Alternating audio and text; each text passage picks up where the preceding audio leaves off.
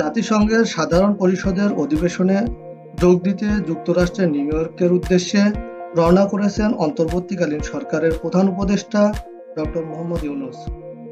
সোমবার 23 সেপ্টেম্বর ভোরে কাতার এয়ারওয়েজের একটি বাণিজ্যিক ফ্লাইটে হযরত শাহজালাল আন্তর্জাতিক বিমানবন্দর থেকে নিউ ইয়র্কের উদ্দেশ্যে রওনা হন তিনি। নিরাপত্তা, গণমাধ্যম কর্মী সহ সব মিলিয়ে মোট 57 জন প্রধান উপদেষ্টার সফরসঙ্গী হিসেবে নিউ ইয়র্কে যাচ্ছেন।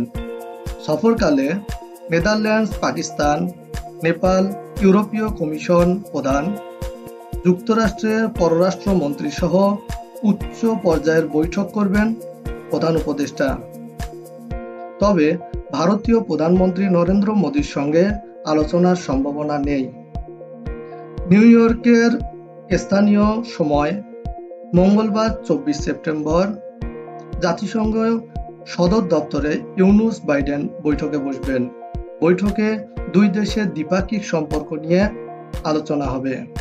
পাশাপাশি আঞ্চলিকভাবে অন্তর্বর্তী সরকার যে প্রতিকূলতার মধ্যে রয়েছে সেটি নিয়ে বাইডেনের সঙ্গে আলোচনা করতে পারেন ডক্টর ইউনূস।